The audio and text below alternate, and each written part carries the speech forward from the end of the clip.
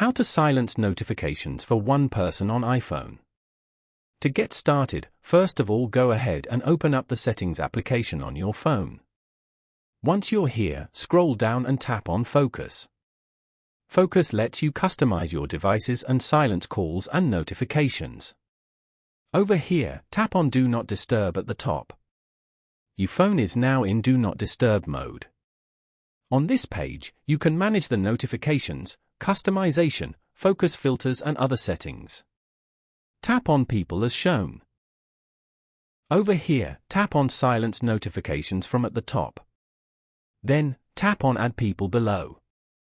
You can now select the person you want to silence notifications from. After that, tap on Done. When Do Not Disturb is on, notifications from this person will be silenced and sent to Notification Center.